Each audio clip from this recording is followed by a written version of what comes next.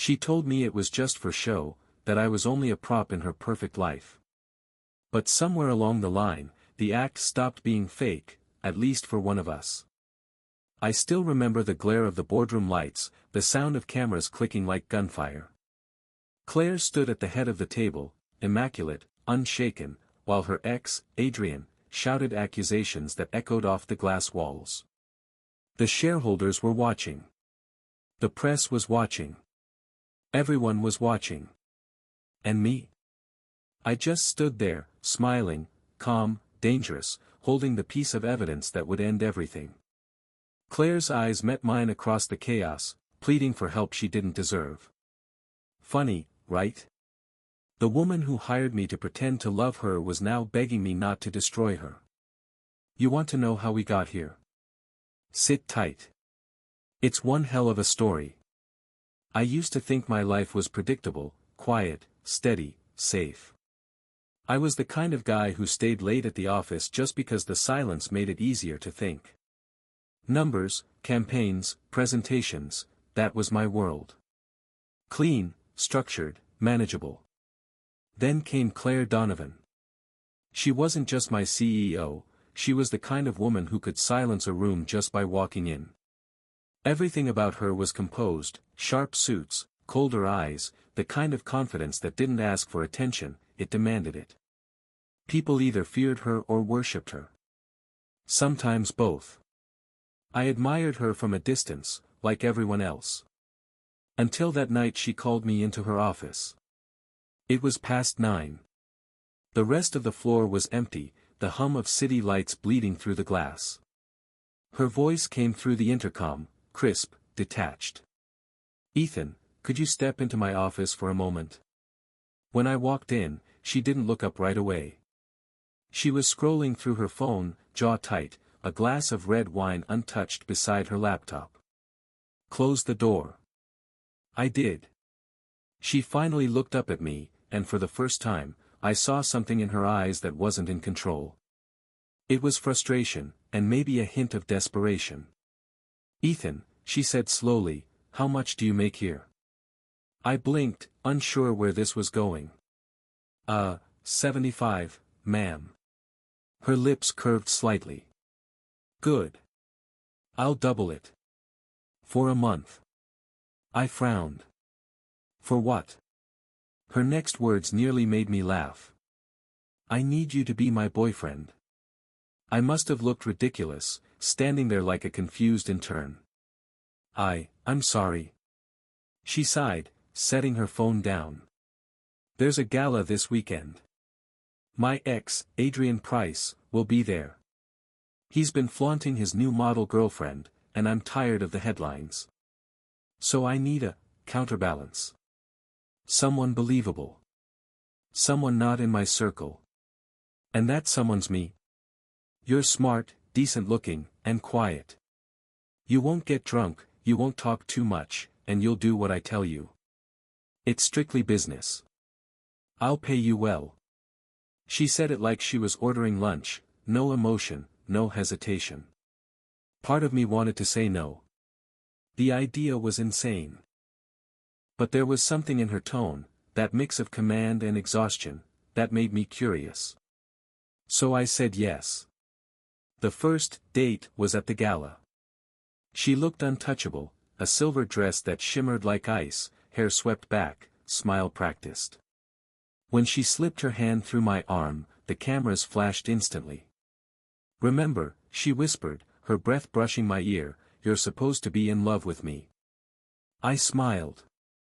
I'll do my best, boss. Her fingers tightened slightly.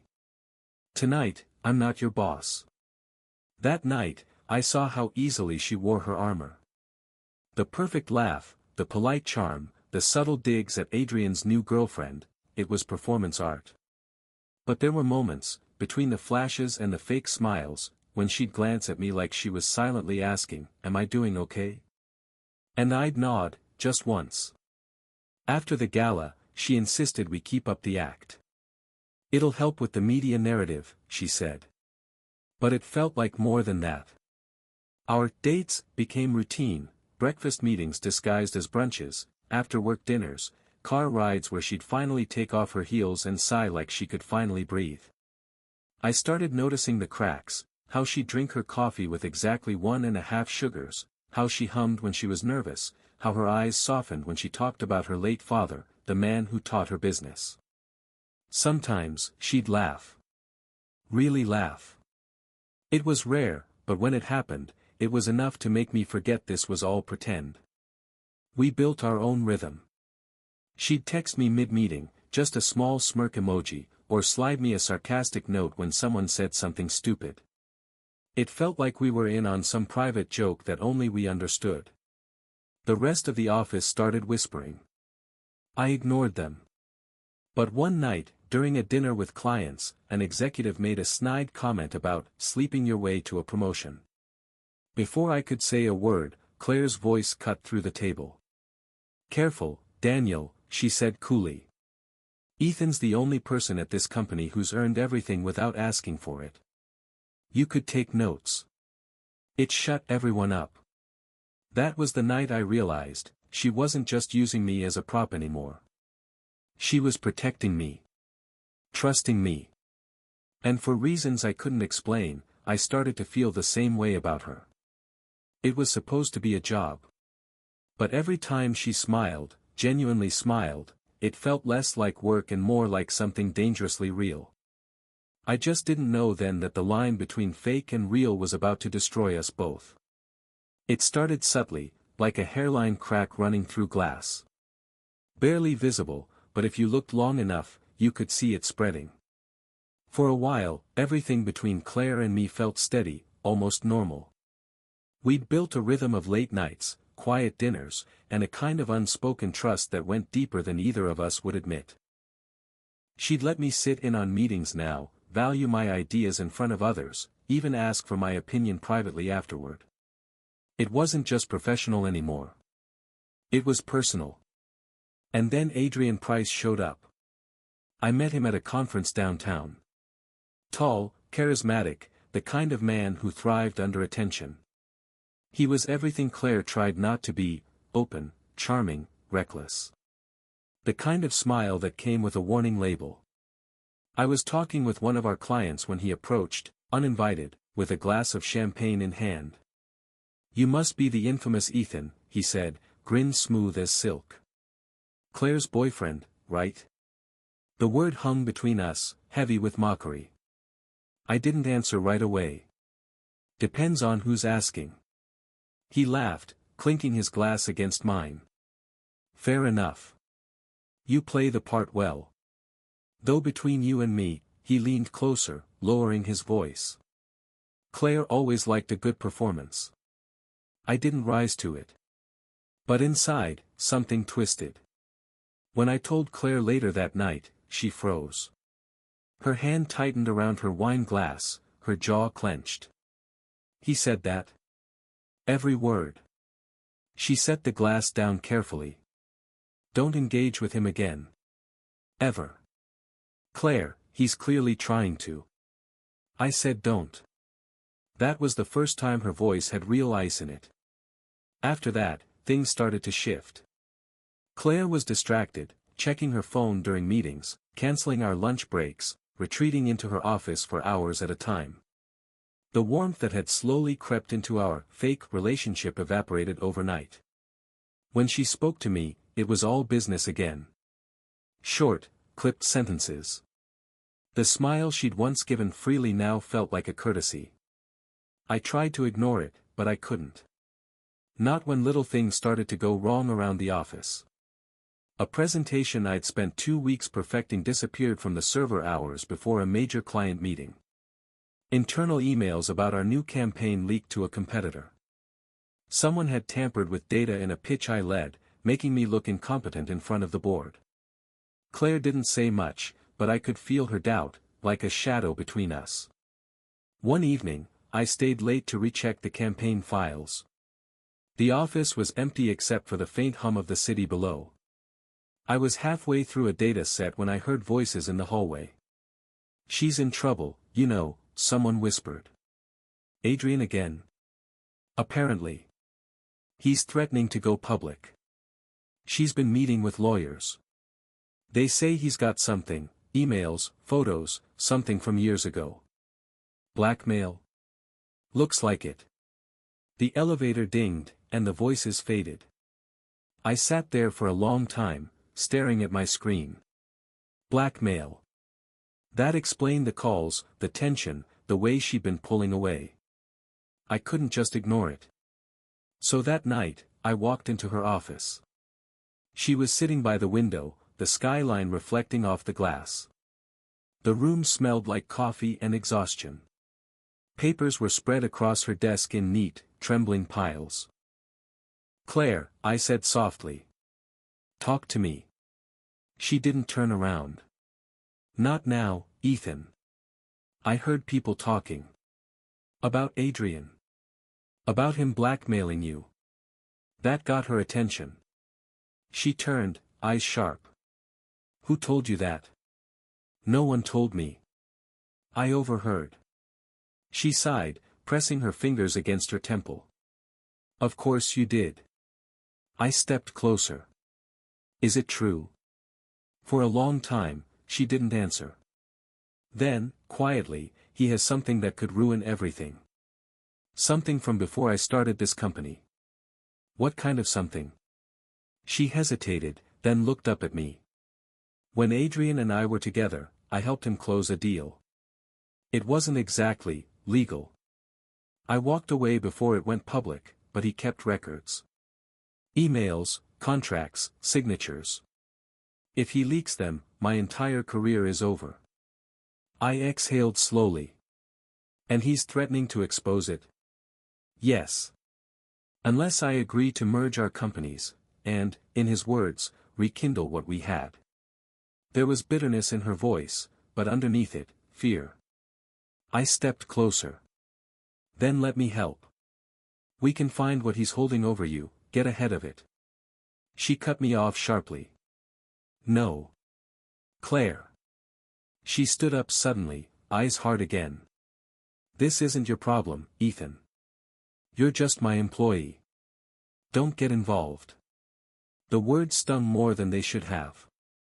"Right," I said, trying to sound unaffected. "Just your employee." She looked away, but not before I saw the flicker of guilt in her eyes. I left her office that night feeling smaller than I had in years. Not because she'd hurt my pride, but because I'd seen a side of her I hadn't before. Vulnerable, afraid, trapped. And she still wouldn't let me in.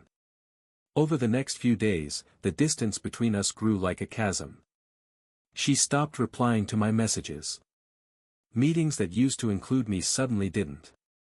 Even the way she looked at me changed, measured, cautious, as if she couldn't decide whether I was a liability or a lifeline. But I couldn't walk away. One night, I saw her in the parking garage, sitting in her car long after everyone else had left. The glow from her phone lit her face. She was crying, silently, the way people cry when they've forgotten how to do it out loud. I almost went to her. Almost. But I didn't. Because deep down, I knew that whatever was happening between her and Adrian wasn't over yet. And if I stepped in now, I'd be swallowed whole. Still, the thought lingered as I drove home that night. Was she pushing me away to protect me, or because she'd already chosen him again? I didn't have an answer. But I could feel something breaking, and this time, it wasn't just her company on the line. It was us. You can tell when someone's lying to you, not by what they say, but by what they don't. After that night in her office, Claire built a wall between us, one brick at a time. The warmth in her eyes, the subtle smiles, the small ways she used to reach out, they were gone. What replaced them was something colder, sharper, almost mechanical. And behind it all, I could sense his shadow, Adrian's. I didn't see him again right away, but his presence lingered in the things that went wrong. Our projects failed mysteriously. Investors pulled out of deals at the last minute. Anonymous emails started circulating, accusing Claire of corruption, painting her as a ruthless fraud. At first, I thought it was a coincidence. Then I realized coincidences don't follow a pattern this clean. I started digging. Quietly. Late nights, after everyone left, I combed through email logs, access reports, meeting minutes, anything that could tell me who was feeding information to the outside. I wasn't a hacker, but I knew enough about the company's systems to follow breadcrumbs. And every trail led back to one name. Jessica. Claire's personal assistant. The same Jessica who used to bring us coffee before morning meetings, who always smiled a little too knowingly when Claire brushed my arm, who once told me, "You're good for her, Ethan. Don't let her push you away." It made sense now. She had access to Claire's emails, schedules, and private notes. She knew every detail of her day.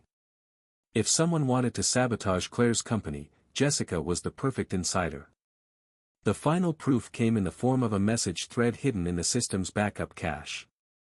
From Jessica Reynolds to Adrian Price. Subject: next phase. Ethan's getting suspicious. But Claire trusts him, too much. If we frame this right, he'll be the fall guy. I'll handle the transfer tonight. You make sure she sees what she needs to. My hands shook when I read it. The betrayal stung deeper than I expected. Not just because Jessica was a snake, but because I knew Adrian would use that message to turn Claire against me. And he did. The next morning, Claire called an emergency meeting. I walked into the boardroom expecting chaos, but not that kind. Her entire executive team was there, along with 2 men from the legal department and Adrian, smirking in a tailored suit like he owned the place. When she looked up at me, there was no recognition in her eyes. Just fury. "Ethan," she said tightly, "sit down." I did. She slid a printed document across the table. It was a series of emails, my name in the sender line, messages about leaked campaign data, confidential transfers, even mentions of bribes. "Do you deny sending these?" I stared at the papers. "Those aren't mine. Someone's faking this." Her expression didn't change. "We traced the IP. It came from your workstation. Then someone's using my account." "Claire, listen, Adrian's behind this. He's been." Her palm hit the table. "Enough." The sound silenced the room. I glanced at Adrian. His eyes met mine, calm and smug, as if to say, checkmate. "You think he's behind this?" she said, her voice trembling, not with fear, but anger. "You think I haven't heard that before? That you're some kind of hero trying to save me?" "I found messages," I said, desperate now. "Jessica's been working with him."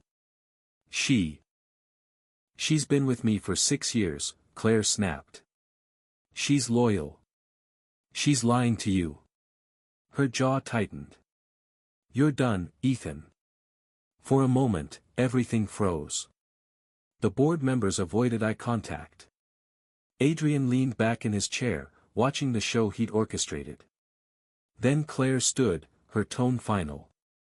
"You're terminated effective immediately. Security will escort you out." I opened my mouth to speak, to fight, but then I saw it, the flicker of doubt in her eyes. She wasn't entirely sure. But she was too proud to admit it. So I stood slowly. "You know, for someone so smart," I said quietly, "you really do pick the worst people to trust." Adrian's smile faltered. "Just a little." Claire didn't. I left without another word.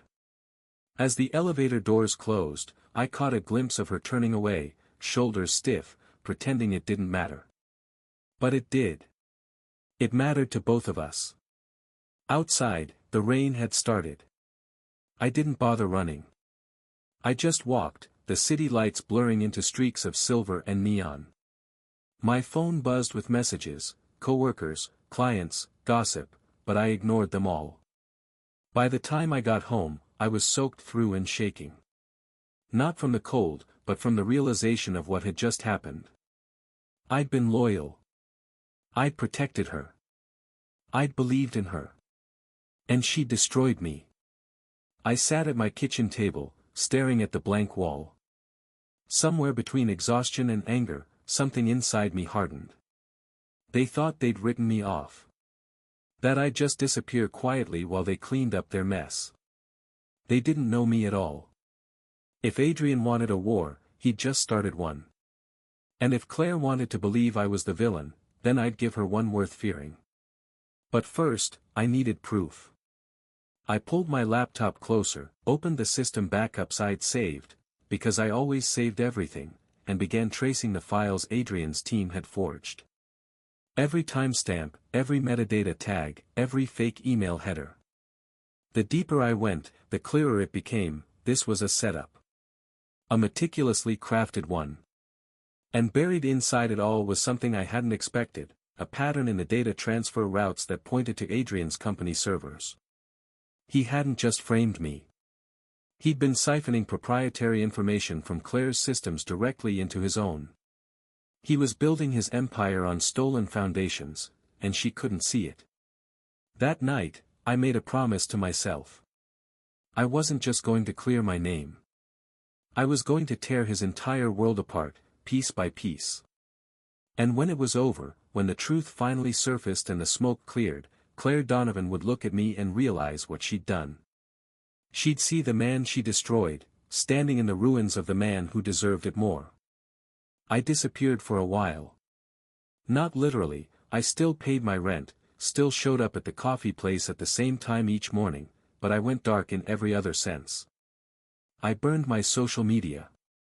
I deleted numbers I didn't need. I stopped answering messages that asked me to be reasonable or let it go. There was nothing reasonable about what they'd done. Nothing to let go. I called Marco. Marco was a ghost from my college days, brilliant with code, allergic to corporate ethics, and the kind of friend who could find anyone's digital heartbeat with a few lines of script. He owed me favors. I owed him a favor once, too. He answered on the third ring. "You sound like hell," he said. "Be that as it may," I said. "I need help." He laughed. "Join the club." "What's the story?" I told him everything. Quick. No flourish. He listened, asked one sharp question, and then said, "Meet me at the diner on 3rd, noon." I walked into the diner and felt like a different version of myself. Marco slid into the booth like he never left, the same ripped leather jacket, the same teeth grin. He tapped the table once. "So what's your plan, Excalibur? Going to storm the castle with a butter knife?" "You laugh," I said, "but I need facts. Hard facts." Nobody believed me. Claire fired me with a signed letter. Adrian has friends. He has money. He has lawyers. I have suspicion and a cache of backups. Marco's face changed. He looked at me the way he used to when we were building dumb apps in a dorm room, hungry for a problem. "Give me access. I'll follow the trails. But there's 2 things you should know. 1, if he's as careful as you think, we'll need a journalist who doesn't take press releases at face value. 2, this will get dirty." I had a name for number 1. Lila Park. I'd met her once at a charity panel. Sharp, relentless, the sort of reporter who smelled rot and refused to blink. I sent her a terse email, "I have something you should see." Not a tip. A story. Meet me anonymous. Noon. Diner on 3rd. She came. Black coffee. Short answers at first. Then she read what I fed her, redacted logs, timestamps, the odd metadata that screamed fabrication. Her eyes moved too fast. When she looked up, she asked, "Who are you protecting?" "No one," I said. "Not anymore." We worked in whispers. Marco traced IP hops, following Adrian's server footprints like a hound. He found shell companies, accounts funneling money to non-profits that existed only on paper. The charity Adrian touted at every gala. A front. Donations routed through cutouts, skimmed back into private ventures. Fake grants. Embezzlement dressed as philanthropy. It wasn't just money.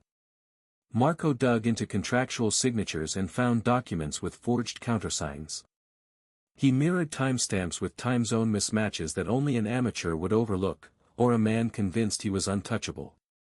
Lila began to write, cautiously. Not public yet. She wanted to confirm, to cross-check. She also happened to have sources in the investment world. Her name opened doors. Investors who'd once called Adrian a visionary suddenly started asking questions. A couple of them wanted meetings. Quiet ones. Off the record. That's the thing about money, people. They hate surprises. They hate risk. They listened to Lila when she didn't wave a headline at them but handed them evidence at 3 a.m. with a cup of coffee and a promise of plausible deniability. I fed Marco everything I had, cached emails, copies of the fabricated messages used to frame me, the access logs I'd saved out of habit. He worked in code and patience. Lila worked in whispers and pressure. Meanwhile, I kept Claire in my periphery. I tracked stock movements, press mentions, the slow erosion of confidence that took her company like a tide pulling away sand. Her public face fractured. Her speeches got tighter. She stopped smiling in pictures. I watched her from afar the way you watch someone you used to love, curious, helpless, an awful mix of pity and rage. In the quiet of the night, I'd think about the times she laughed, unplanned. I'd think about the way she trusted me once, the way she'd slip a hand into mine under the table like a secret. Sometimes the memory made my chest ache in a way that surprised me.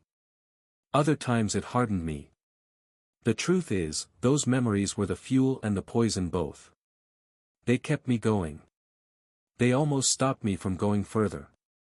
We needed leverage. Evidence wasn't enough. We had to make the leverage public while pinning the narrative correctly. Adrian was good at creating smoke. He was better at hiding the matches. Marco suggested a honey trap, not of people, but of data. We'd plant a file, one that looked juicy enough to attract Adrian's attention. An investor deck with a seed number, a project code, a phantom fund transfer. The kind of thing his people would want to grab and study. We would tag it with a traceable breadcrumb only Marco could follow. It felt illegal. It felt righteous. I slept badly that week. We planted the file inside Claire's system. But not truly inside. A decoy. We let the breadcrumb lead outward. Marco watched as Adrian's server pinged. He traced the route. The ping turned into a transfer. Then into a handshake with another server Marco had flagged weeks ago. The pattern matched. Adrian's infrastructure. The breadcrumb confirmed the route. He moved. We haven't moved yet. We let the breadcrumb simmer. Then Adrian made the mistake of underestimating how public the world could be. He began talking. Too loudly. At a private dinner, according to a waiter Lila bribed for information, Adrian bragged about his strategy to Claire's investors, painting himself as a man who could dismantle a company and build it back higher, and about his inside man. The waiter didn't know what he'd triggered. Lila did. She sent us the audio. The bragging confirmed intent. But then we hit a wall. Adrian discovered interference. He noticed the breadcrumb. He traced it back with the ease of a man who'd done this before. He found a marginally secured backdoor Marco had used to seed the file, not Marco's finest hour. Adrian retaliated quickly. The next morning, Claire's legal team handed the board a new packet of evidence. It wasn't my name this time. It was a bank transfer, small, routed through shell companies with my name in the descriptor. Another frame. The board called another emergency meeting. Adrian's people fed them an elegant story, the betrayed company CEO, the loyal assistant, and the outsider who turned out to be the saboteur. Jessica's testimony was calm, rehearsed. She produced logs, conveniently pointing to my machine once again. Adrian smiled like a man who'd won a marble game. For the second time, I watched Claire's face harden into disbelief. This time she didn't look at me. She looked at the papers, folding and unfolding them as if the origami might change the truth. It hurt. It made me furious. It should have stopped me. Instead, it made me smarter. Marco swore under his breath and said 3 words, "He's sloppy tonight." We needed proof that could cut through the lies. Not just data trails, human voices.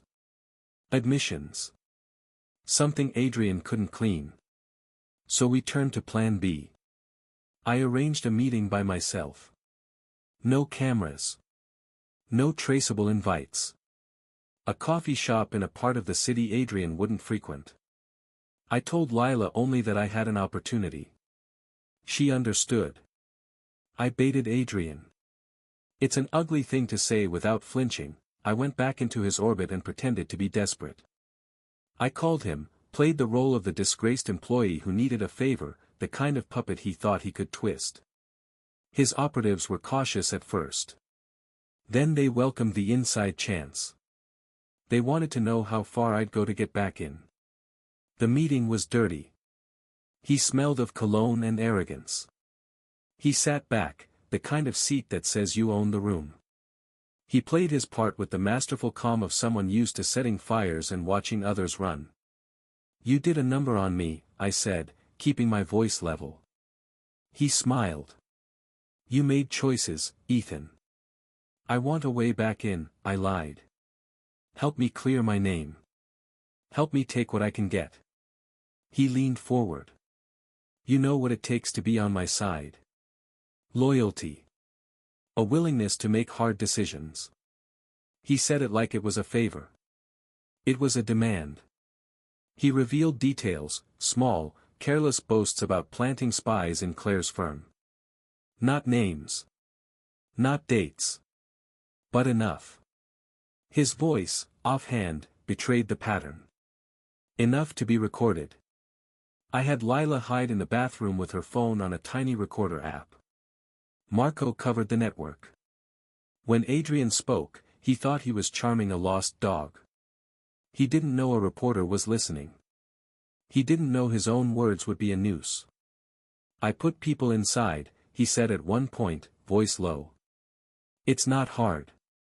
You get them where she trusts them, assistants, drivers, anyone she lets close. They feed you what you need. Then you nudge the market. You push them into a panic. You pick the bones." I wanted to vomit. I felt it was hot and real. But I kept my face steady.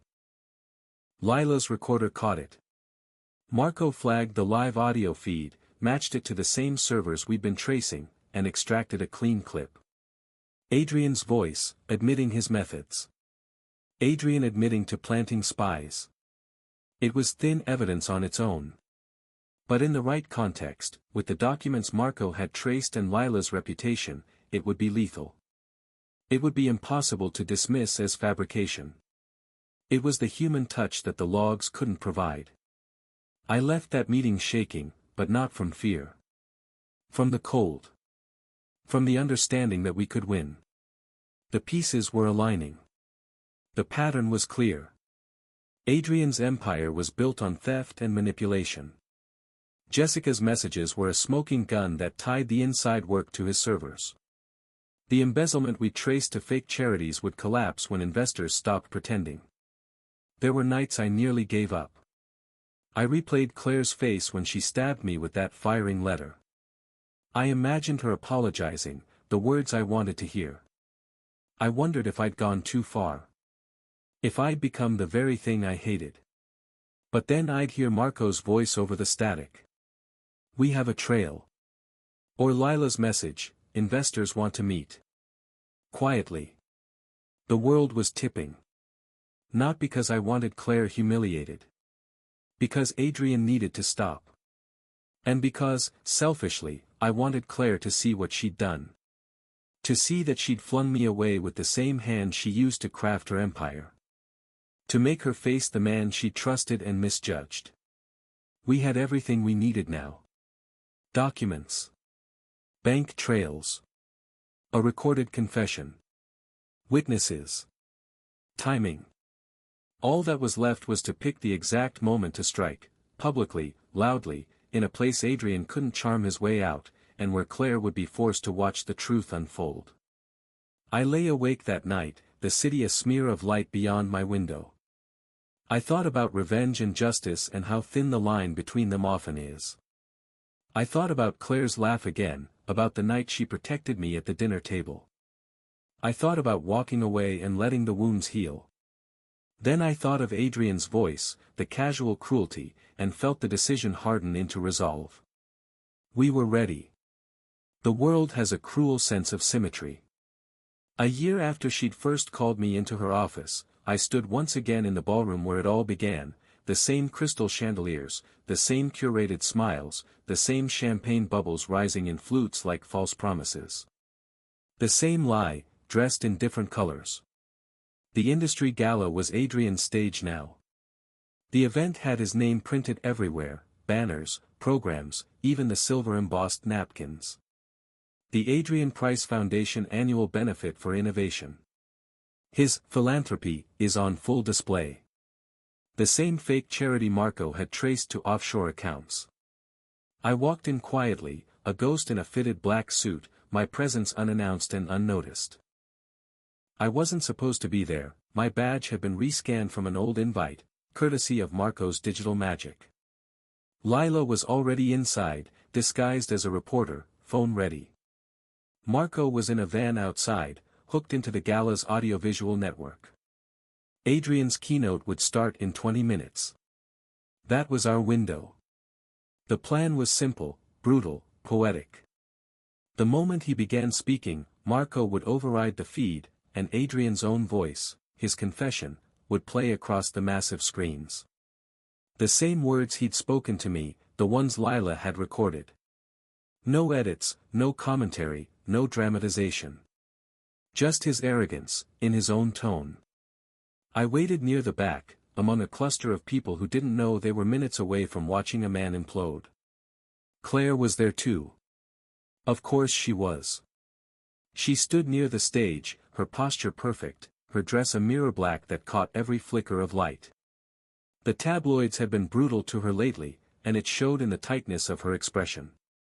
But she was still herself, poised, beautiful, untouchable. And still blind to who her real enemy was. I watched her laugh politely at something one of Adrian's board members said. The same kind of performative laugh I used to know wasn't real. When the lights dimmed, the crowd hushed. Adrian stepped onto the stage, the hero of his own story. Cameras flashed. He basked in it. Thank you all for being here tonight, he began, his voice rich with confidence. We're here to celebrate innovation, integrity, and the pursuit of greatness. Marco's voice cut through my earpiece. Ready? Do it. The screen behind Adrian flickered once, twice, then split in half. The room stilled. A new voice filled the speakers, familiar, low, smug. Adrian's own. You get them where she trusts them, assistants, drivers, anyone she lets close. They feed you what you need. Then you nudge the market. You push them into a panic. You pick the bones. At first, no one moved. The words sank in like slow poison. Adrian froze mid-sentence. The smile slipped from his face. She thinks she's untouchable. She's not. You break a company from the inside, they come crawling back. You make her need you again. A murmur spread through the crowd. Cameras swung toward the stage. Claire's head turned sharply, eyes wide. The audio continued. Every word of the confession, every arrogant chuckle, every damning phrase. The screen filled with a cascade of data, the fake charities, the shell accounts, the bank transfers Marco had compiled. People started shouting. Phones were out. The media reps in the back were already live streaming. Adrian tried to talk over it. This is a manipulation, someone's hacked. His microphone cut out. Marco's doing. Security rushed the stage. Claire stepped forward, demanding answers from the staff, her voice slicing through the noise. Shut it off. Someone shut it off. But they couldn't. Marco had locked the feed. The final line of the recording echoed through the ballroom like a verdict. You can own anyone if you know what they're afraid of. And then silence. Complete, devastating silence. For a heartbeat, nobody breathed. Then the room erupted. Reporters shouted questions. Investors began calling their aides, half of them already walking out. Adrian's board members stepped back like he'd caught fire. And Claire, she stood motionless. Her eyes scanned the crowd, searching for something, someone. Then her gaze landed on me. Recognition flared. Shock. Then guilt. I didn't move. Security swarmed the stage as the police, tipped off by Lila's timed evidence drop, entered through the side doors. They surrounded Adrian while he shouted about fabrication and cybercrime, his voice cracking, his composure gone. Jessica, the assistant, tried to slip away through the back. Lila caught her by the arm, flashing her credentials and a warrant. Jessica's face crumpled. She didn't even fight. The police dragged Adrian off the stage, his designer suit smeared with the chaos of his own downfall. The cameras followed every second. I slipped out before the shouting turned into applause. Outside, the night air was cool. The city hummed like nothing had happened. I walked toward the edge of the plaza, my hands in my pockets, my pulse steady. The revenge was done. Clean, efficient, irreversible. I didn't expect her to follow me. Ethan. Her voice stopped me cold. I turned. Claire stood a few feet away, framed by the light spilling from the building. She looked smaller. The woman who once owned every room she entered now looked like she was standing on the edge of one. I knew it was you, she said softly. I knew the moment the recording started. I said nothing. She took a slow breath. Jessica confessed. She admitted everything. Adrian, the leaks, the blackmail. You were right. You were right the whole time. Doesn't change what you did, I said. Her eyes flickered. I was scared, Ethan. I didn't know who to trust. He had evidence. You didn't even give me a chance to explain. I know. She stepped closer. And I've regretted it every day since. The silence between us stretched, heavy with everything unspoken. You were supposed to be fake, she whispered. Just a face, a name to put beside mine. But you were the only real thing I ever had. The words hit harder than I wanted them to. I looked at her, really looked. The woman who had once ruled my world now stood in its ruins. She reached into her purse and pulled out an envelope. The board wants to reinstate you. Full salary. And more. You could run the marketing division.